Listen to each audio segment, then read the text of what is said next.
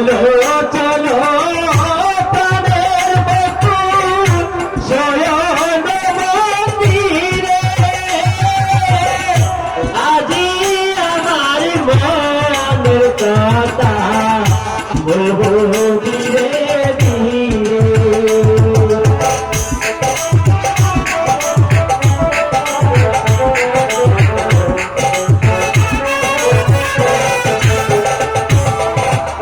চলো চলো প্রাণের বকুল শয়ন মন্দিরে আজি আমার মনের কথা বলবো ধীরে ধীরে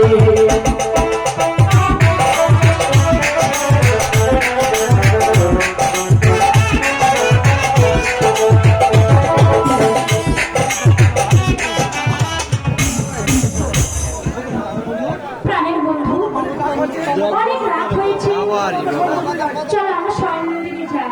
হ্যাঁ তাই চলো তাই চলো।